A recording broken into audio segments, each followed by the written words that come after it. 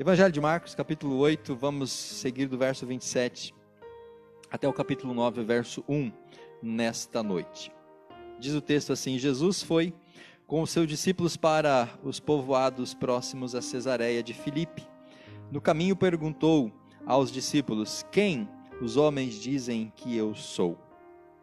Eles lhe responderam: alguns dizem que és João Batista, outros Elias e ainda outros algum dos profetas. Então ele lhes perguntou: mas vós, quem dizeis que eu sou? E Pedro respondeu-lhe: tu és o Cristo. Jesus ordenou-lhes que a ninguém falassem a respeito dele. Começou a ensinar-lhes que era necessário que o Filho do Homem sofresse muitas coisas, fosse rejeitado pelos líderes religiosos, principais sacerdotes e escribas, fosse morto e depois de 3 dias ressuscitasse. E ele dizia isso abertamente, mas Pedro, chamando-o em particular, começou a repreendê-lo. Ele, porém, virando-se e olhando para os seus discípulos, repreendeu a Pedro, dizendo: para trás de mim, Satanás, porque não pensas nas coisas de Deus, mas sim nas que são dos homens. E chamando a multidão com os discípulos, disse-lhes: se alguém quiser vir após mim, negue a si mesmo, tome a sua cruz e siga-me. Pois quem quiser preservar a sua vida irá perdê-la, mas quem perder sua vida por causa de mim e do Evangelho irá preservá-la. Pois que adianta ao homem ganhar o mundo inteiro e perder a sua vida? Ou que daria o homem em troca da sua vida?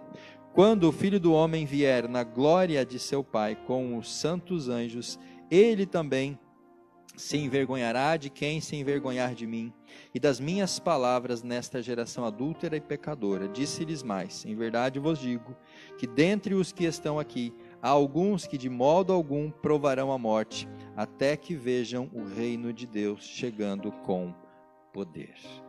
Amados, a partir desta noite, nas próximas semanas, nós vamos entrar naquilo que chamamos aqui dos segredos do servo. E para esta noite nós vamos firmar a nossa atenção no primeiro segredo: o sofrimento que conduz à glória. Amados irmãos, o Evangelho, ele promete para nós glória futura, mas essa glória, ela é resultado de sofrimento por causa de Cristo e do Evangelho. Sem sofrimento por causa de Cristo e do Evangelho não haverá glória. O diabo oferece glória sem sofrimento, mas Deus oferece a glória através do sofrimento. Amém?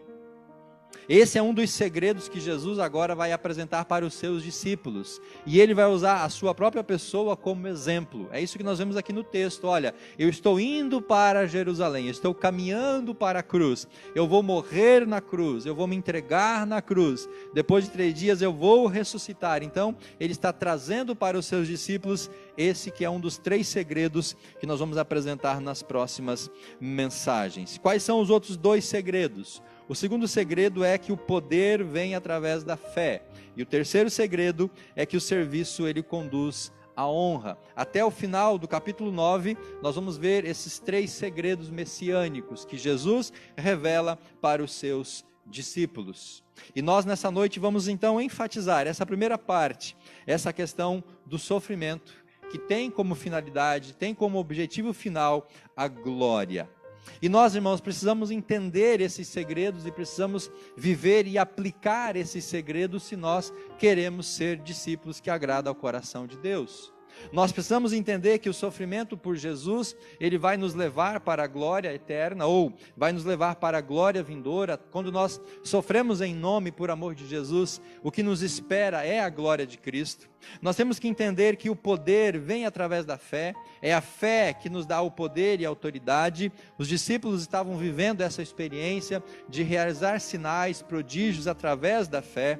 E nós temos que entender, irmãos, que o serviço é algo também que honra e glorifica o nosso Deus. Então nós, como cristãos, temos também a perspectiva de, assim como o Senhor, ter em mente que nós vamos sofrer, mas se nós exercemos a nossa fé, nós vamos poder servir ao Senhor e glorificar ao seu santo nome.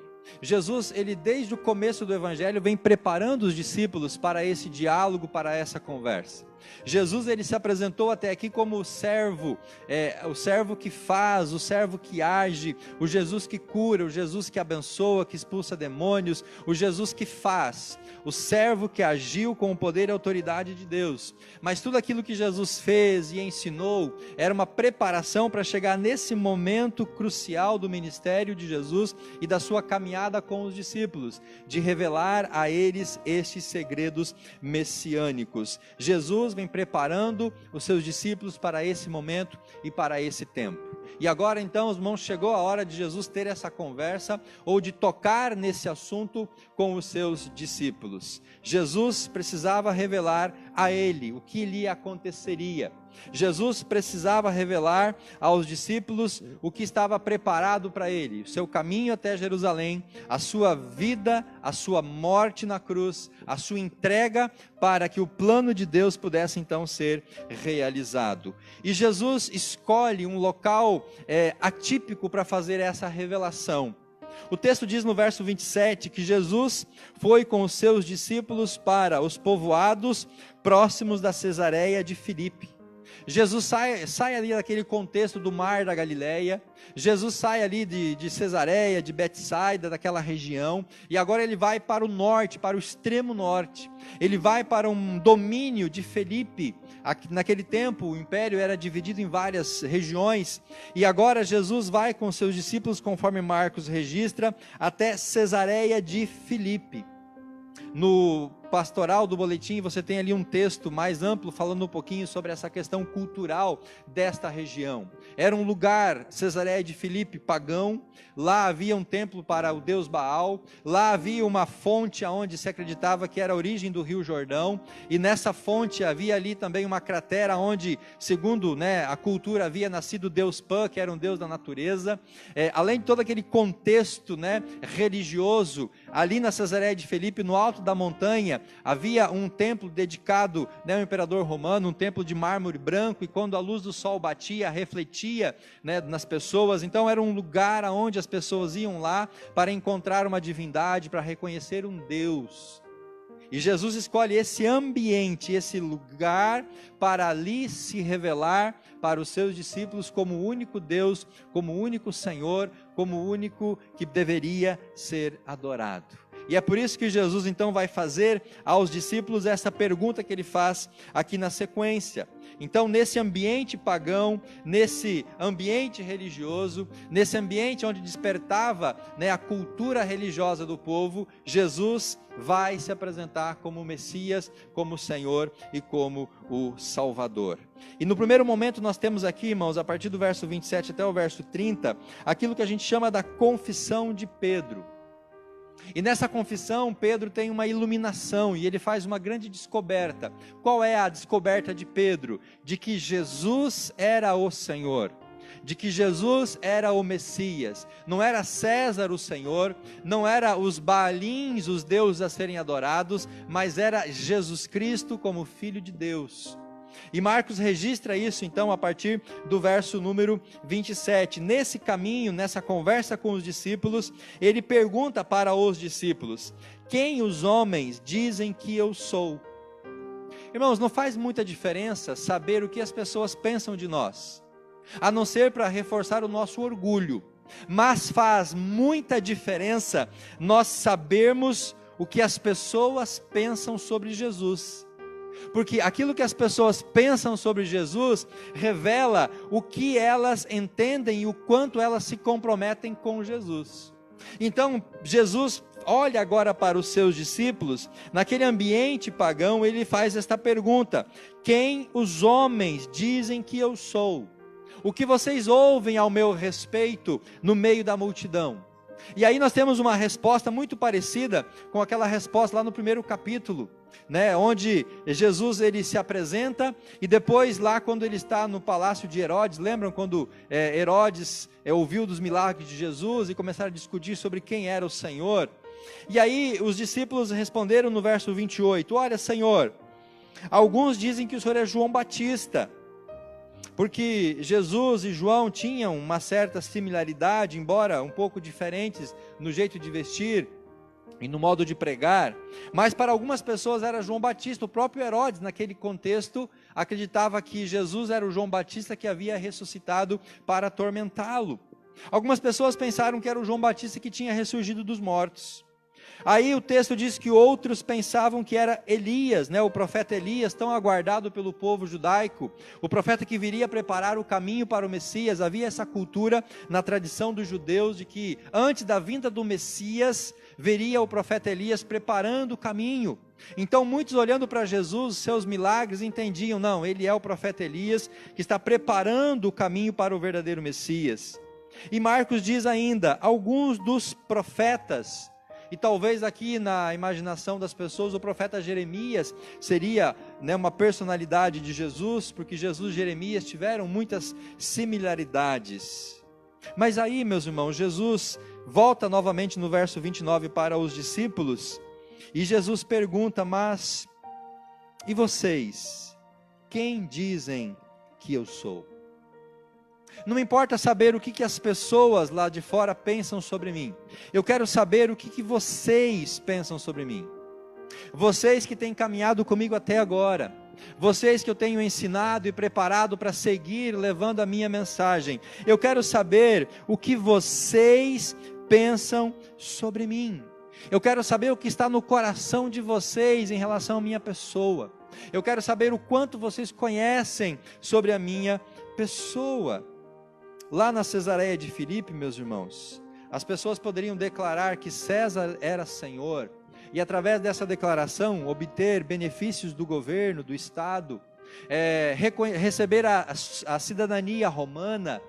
Mas, ao confessar que Jesus era o Senhor, as pessoas não teriam uma cidadania terrena, eles teriam uma cidadania celestial.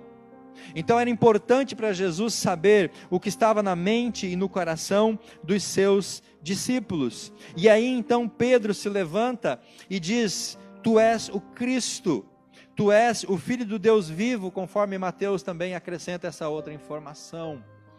E agora então Jesus tem uma certa tranquilidade, porque as pessoas tinham uma visão equivocada de quem era ele. Mas Pedro, falando em nome dos discípulos, havia interpretado ou tido essa revelação, porque o próprio Jesus fala lá em Mateus 16, que não foi a carne, não foi o sangue que revelou, mas sim o Pai que estava no céu.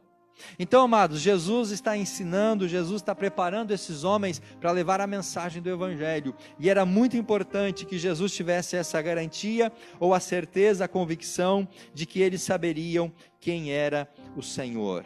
Para os discípulos, Jesus não era o João Batista ressuscitado, não era um dos profetas, não era o profeta Elias que veio preparar o caminho para o Messias. Para os discípulos, Jesus era o próprio Messias. A confissão de Pedro foi muito assertiva. Tu és o Cristo, o ungido, aquele enviado pelo Senhor. Cristo aqui era um título reservado para o Messias. Mateus acrescenta uma segunda informação, tu és o Filho de Deus, então tu és aquele que vem enviado do Pai, para remir, para salvar. Ou seja, a declaração, a confissão de Pedro, foi uma confissão completa, dizendo, tu és o Cristo, tu és o Messias, tu és o ungido, o enviado de Deus, tu és o Senhor, tu és o Salvador, tu és aquele a quem o Pai estava prometendo para enviar para nós. A confissão de Pedro, ela foi assertiva. E a pergunta, queridos, para nós refletimos nessa noite é, temos nós hoje essa mesma convicção que Pedro teve? Eu posso declarar com a mesma convicção de Pedro que Jesus é o Cristo, que Ele é o Filho de Deus, que Ele é o Senhor, que Ele é o Salvador, que Ele é tudo aquilo que eu preciso na minha vida? Eu posso declarar essa verdade também? Ou eu ainda estou como as pessoas ali da região da Cesareia de Filipe, ou como Herodes, ou como as outras pessoas, olhando para Jesus e vendo nele apenas mais um homem, ou mais um profeta, ou mais um rabi, mais um mestre, mas não vendo na pessoa de Jesus aquilo que de fato ele era. Meus irmãos, aquilo que as pessoas falam de Jesus revela quem ele é para essas pessoas. O que as pessoas ao nosso redor falam sobre Jesus? O que as pessoas que estão ao nosso redor pensam sobre Jesus? Quem é Jesus para aqueles que estão ao nosso redor? Um detalhe que chama a atenção aqui no texto, amados, depois dessa confissão, contundente e assertiva de Pedro, no verso 30, Marcos registra: e Jesus ordenou-lhes que a ninguém falassem a respeito dele. Então, ao mesmo tempo que Pedro faz uma declaração assertiva sobre quem é a pessoa de Jesus, agora Jesus fala: olha, Pedro, mas não fale disso para ninguém. E a pergunta é: por que Jesus pediu segredo? 3 motivos principais. Primeiro, os discípulos tinham ainda muito mais o que aprender sobre a pessoa de Jesus como Messias, como Filho de Deus. E eles não poderiam dar uma declaração incompleta ou ainda imperfeita, inconclusiva. Esses discípulos precisavam aprender mais sobre o Mestre. Por isso que agora Jesus vai sair da Cesareia de Filipe, Jesus vai caminhar até Jerusalém, e nesse caminho ele vai ensinar os discípulos, e em Jerusalém ele vai se mostrar como Messias, ele vai morrer na cruz, e ele vai ressuscitar, para que o ensino então seja completo. Nunca declare algo sobre Jesus de maneira incompleta, porque senão nós podemos atrapalhar a mensagem da salvação. Segundo, declarar publicamente que quem ele era iria inflamar ainda mais a raiva e a perseguição dos religiosos. Lembra que os líderes religiosos queriam prender e matar Jesus. Se eles então declarassem publicamente que Jesus era o Messias, aqueles líderes iriam se levantar com uma raiva grandiosa para, de uma maneira geral e definitiva, acabar com a vida de Jesus. Não era o tempo ainda de Jesus morrer pela mão dos religiosos lá na Cesareia de Filipe ou no caminho para Jerusalém. Jesus tinha que morrer na cruz. E um terceiro motivo para o segredo: o povo queria milagres. O povo não havia entendido quem era Jesus. O povo estava procurando Jesus só por aquilo que Jesus poderia oferecer. As pessoas não estavam interessadas na pregação de Jesus, na verdade do Evangelho. O povo estava interessado no pão, no peixe, nos milagres, nas realizações. E se esse povo agora reconhecesse ou soubesse que Jesus, o curador, o milagreiro, aquele que fazia tantas coisas, era o Messias, poderia despertar nesse povo incauto uma revolta pública, e Jesus não queria ser aclamado como o rei humano, ele seria o rei divino. Por isso ele pede segredo para os discípulos. E a partir do verso 31, irmãos, nós temos aqui uma segunda questão a pensar. A primeira foi a confissão de Pedro. A segunda é aquilo que nós chamamos aqui de uma confusão, e essa confusão vem justamente pela ignorância. Olha o verso 31, começou a ensinar-lhes que era necessário que o Filho do Homem sofresse muitas coisas, fosse rejeitado pelos líderes religiosos, pelos principais dos sacerdotes, escribas, fosse morto e depois de 3 dias ressuscitasse. Amados, isso aqui trouxe confusão para a cabeça dos discípulos. Pedro havia declarado: ele era o Messias, ele era o Filho de Deus, ele era o Salvador. Agora Jesus diz: olha, eu sou o Messias, mas eu vou morrer, eu vou ser rejeitado, eu vou passar necessidades, eu vou ser humilhado, eu vou ser oprimido. Esta segunda declaração de Jesus não fazia muito sentido a partir da primeira declaração. Porque no imaginário do povo judeu, no imaginário daquelas pessoas, o Messias, ele viria como um soberano, como um rei, para ser vitorioso e para derrotar os seus inimigos. O Messias não viria para sofrer ou para ser derrotado. Então, quando Jesus ensina para os seus discípulos que ele iria sofrer, ser rejeitado e ser morto, as informações não encaixavam na mente finita daqueles homens, mas eles precisavam compreender esse segundo segredo complementar, que era justamente o segredo da cruz. A revelação de que ele era o Messias serviu para Jesus agora então declarar que ele, como Messias, precisava ir para a cruz. E Jesus diz isso de maneira muito clara: eu vou morrer na cruz. Eu vou para Jerusalém e lá eu vou morrer na cruz. Essa declaração não apenas não foi compreendida, mas como assustou os discípulos. deixou aqueles discípulos apavorados. Se ele era Messias, como poderia ser morto? Como poderia ser rejeitado?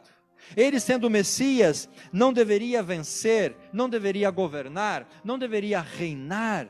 Por que ele diz que seria necessário sofrer e padecer? Porque esse é o segredo messiânico, da glória através da cruz, da honra através do sofrimento. Foi isso que Satanás ofereceu lá para Jesus no monte na tentação. Uma glória sem cruz, uma honra sem sofrimento. Mas Jesus tinha os seus olhos dentro daquilo que ele precisava fazer para ser o Senhor. Pedro aqui então repreende Jesus. No verso número 32, ele dizia isso abertamente, né? Falava sem nenhum segredo daquilo que ele iria fazer. E aí Pedro chama em particular, e Pedro começa a repreender Jesus. Pedro começa a dizer: Senhor, de maneira nenhuma, como que o Senhor vai morrer na cruz? Como que o Senhor vai ser rejeitado? Não permita fazer isso. Isso não cabe no nosso pensamento, isso não pode ser assim. Então Pedro, ele repreende Jesus, falando em nome dos outros discípulos. E vejam, meus irmãos, que contradição. O mesmo discípulo que havia feito uma confissão assertiva, agora ele faz um protesto de incredulidade. O mesmo discípulo que havia declarado que Jesus era o Cristo, o Filho de Deus, agora está sendo usado para levar a Jesus uma palavra de desânimo. A fé de Pedro agora se torna em incredulidade. Aquela confissão como sendo uma rocha, agora se torna ele uma pedra de tropeço. Jesus repreende Pedro aqui, principalmente porque as palavras de Pedro eram palavras como que se inspiradas por Satanás. Não quer dizer aqui, meus irmãos, que Pedro estivesse possesso ou possuído por Satanás. Quando Jesus fala, né, afasta de mim Satanás, é porque no discurso de Pedro, nas palavras de Pedro, Jesus identifica as palavras do diabo lá na tentação. Palavras tentando tirar Jesus daquele propósito da cruz, do sofrimento e da morte. Então, quando Jesus ouve Pedro dizendo: Senhor, o Senhor não pode morrer, o Senhor não pode sofrer, o Senhor não pode fazer isso, o Senhor é Deus, o Senhor é o Messias, não há outro caminho. Jesus vê ali nas palavras de Pedro, novamente as palavras do diabo, registradas em Marcos capítulo 1 e Mateus capítulo 4. E é interessante que o texto diz que Jesus repreende não apenas Pedro, mas repreende a todos. Verso 33, ele porém, virando-se e olhando para os seus discípulos, repreendeu a Pedro, dizendo: para trás de mim, Satanás, porque não pensais nas coisas de Deus, mas nas coisas que são dos homens. Jesus então repreende eles. Jesus então volta novamente a falar àqueles homens de que a cruz fazia parte do ministério, parte da obra dele, parte da sua vida, e ele precisava passar por aquele momento. Os discípulos sabiam que eles também deveriam morrer. Esses homens estavam sendo preparados para assumir o ministério no lugar de Jesus depois da morte de Jesus. Então, ao Jesus declarar que ele iria para a cruz, para o sofrimento e para a morte, os discípulos, por ser idênticos ou se identificar com Jesus, eles também perceberam de que no futuro, o mesmo destino de Jesus seria o destino deles, e eles também não estavam preparados para isso. Eles ignoravam a relação entre cruz e a coroa. Os discípulos não tinham ainda claro de que para receber a cruz da glória, eles precisavam enfrentar a cruz do sofrimento. Eles não entenderam ainda a relação entre o sofrimento que seria transformado em glória. E Jesus então aqui vem falar para aqueles homens, aqueles discípulos que representam a mim e a você, dizendo que nós devemos também, assim como Jesus, passar por esses momentos. Vamos sofrer em nome do Senhor, mas nós vamos receber a coroa da glória. O sofrimento vai nos levar para a eternidade, porque não basta apenas crer em Jesus, mas nós somos chamados também, irmãos, para sofrer em nome de Jesus. A partir do verso 34, nós temos aqui então, irmãos, o cerne, o coração do Evangelho e da fé cristã. Se você puder, durante a semana, leia esse texto, medite nesses versículos 34 até o número 37. Depois então de fazer essas declarações, depois de revelar o segredo da cruz, depois de preparar o coração dos seus discípulos para aquilo que iria acontecer, agora Jesus faz um desafio. E aqui nós temos o desafio da cruz, o caminho do discipulado. Olha o que Jesus fala para os seus discípulos, chamando a multidão, porque agora não era apenas os discípulos. Jesus sabia que aquela multidão queria apenas os milagres, apenas os pães, apenas os peixes. Jesus sabia que muitos daquela multidão não queriam segui-lo, não queriam aceitar a sua palavra. E então Jesus revela isso para todos. Verso 34. Chamando a multidão e com os seus discípulos, disse-lhes: se alguém quiser vir após mim, negue a si mesmo, tome a sua cruz e siga-me. Aqui está, meus irmãos, o centro do Evangelho e da fé cristã. Aqui está o coração do Evangelho. Essa mensagem é para todos. O verdadeiro discipulado exige um preço. O verdadeiro discipulado, seguir a Jesus, exige de nós um preço. E nós devemos decidir, definir se nós estamos preparados ou não a pagar este preço. Muitos não querem pagar o preço. E Jesus estipula qual que é o preço do discipulado. Se alguém quiser vir após mim, negue-se a si mesmo, tome a sua cruz e siga-me. Jesus, ele impõe aqui 3 condições para o discipulado. Primeira, entregar-se inteiramente. Não é apenas uma parte, não é apenas áreas da nossa vida, mas é uma entrega total. Por isso a ideia da cruz, porque na cruz você se entrega completamente. Não há como ir apenas uma parte de nós para a cruz. Segundo, devemos nos identificar com Ele no seu sofrimento e na sua morte. O discipulado, meus, envolve identidade com Cristo, e em todos os aspectos, no sofrimento e na morte. Por isso que os discípulos repreendem Jesus quando ele fala: olha, eu vou ter que morrer na cruz. Significava que eles também, como discípulos, ao se identificar com Cristo, deveriam também padecer na cruz do Calvário. E terceiro, eles deveriam seguir em total, plena e completa obediência. Então o discipulado exige de nós entrega completa, sofrimento a ponto de morte, e exige de nós uma total obediência. O verdadeiro discípulo, ele anda nessas 3 verdades, nesses 3 princípios do Evangelho. Quem vive para si, se perde. É essa a palavra de Jesus. Quem vive para si, para os seus prazeres, para os seus deleites, para as suas vontades, se perde para Cristo e para o Evangelho.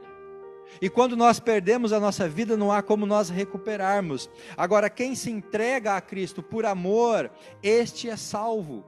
Irmãos, os princípios do Evangelho são princípios contraditórios aos princípios do mundo. Para Jesus, você tem que perder a sua vida para poder ganhá-la. Muitas pessoas hoje não querem andar com Jesus ou seguir a Jesus, porque eles acham que vão perder a sua vida, vão perder os prazeres do mundo, não vão usufruir das coisas que o mundo tem. Mas Jesus nos chama justamente para uma entrega, para abrir mão daquilo que poderia ser as nossas alegrias e os nossos prazeres neste mundo. Negar-se não é abrir mão de algo apenas pontual. Negar-se não é apenas deixar de fazer algumas coisas. Negar-se é uma entrega, é render-se, é obedecer, é morrer todos os dias, é viver para Cristo, no meu caso, sem viver para Cristo, né? Mas os irmãos, é viver para Cristo. É uma entrega plena, uma entrega completa, uma entrega sem reservas. Eu não posso apenas dedicar partes da minha vida para o Senhor e deixar outras partes para que sejam entregues e dedicadas ao mundo. É exclusividade total, é negar si mesmo todos os dias. Por isso a ideia de tomar a cruz e seguir. E tomar a cruz é morrer todos os dias, é morrer o velho homem, os desejos, as vaidades, os prazeres do mundo, as coisas desse mundo. Nós precisamos negar a nossa natureza carnal, o nosso ego, as nossas vaidades todos os dias. E qual é a nossa motivação? A motivação é Jesus e o Evangelho. Jesus disse: se alguém quiser vir após mim, negue-se a si mesmo, tome a sua cruz e siga-me. 35, pois quem quiser preservar a sua vida, irá perdê-la. Se você não quer se gastar para o Evangelho, se gastar para a obra de Deus, se você não quer se doar para Jesus, você vai preservar a sua vida nesse ambiente mundano, ou para este mundo, só que você vai perder esta vida no ambiente da eternidade. E aí quem quiser perder a sua vida, e aí Jesus dá os dois motivos: por causa de mim e por causa do Evangelho. Então, amados, a motivação para nós servirmos a Jesus é Jesus e o Evangelho. É uma relação de intimidade com Jesus, é uma devoção pessoal com Jesus, mas é também uma prática de compartilhar o Evangelho com o mundo. Nós temos que ter uma vida íntima com o Senhor, mas essa vida íntima ela tem que ser expressa nas relações interpessoais de levar a palavra de Deus. É viver para Cristo, mas também viver para os outros. Porque o discípulo ele vive para Jesus, mas ele vive também para os seus irmãos. E o Evangelho diz que nós vamos ter ganhos e perdas. Se você quiser ganhar, você tem que perder. Se você perder, você vai ganhar. Verso 36. Porque o que adianta o homem ganhar o mundo inteiro e perder a sua vida? 37. Ou o que daria o homem em troca da sua vida? O Evangelho é um convite para perdas e ganhos. Perda para o mundo material, ganho para o mundo espiritual. Se nós tivermos essa compreensão, com certeza nós vamos fazer uma escolha assertiva. Desperdiçar ou investir nas coisas de Deus.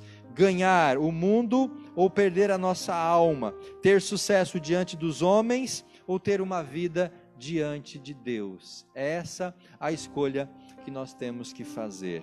E Marcos termina essa porção falando que existe uma recompensa. E essa recompensa, ela é de honra e de glória. Jesus termina esse discurso com um tom aqui de confiança. Olha o verso número 38. Quando o Filho do Homem vier na sua glória, e na glória do Pai com os santos anjos, ele também se envergonhará de quem se envergonhar dele, de mim,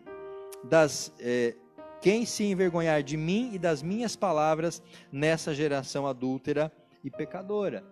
Então aquele que não assumir uma identidade com Jesus, aquele que não seguir a Jesus e ficar voltado para as coisas do mundo, essa pessoa envergonha ao Senhor. E Jesus diz que isso não vai ser nada bom para nós. Mas o tom de vitória de Jesus está no começo do verso 38.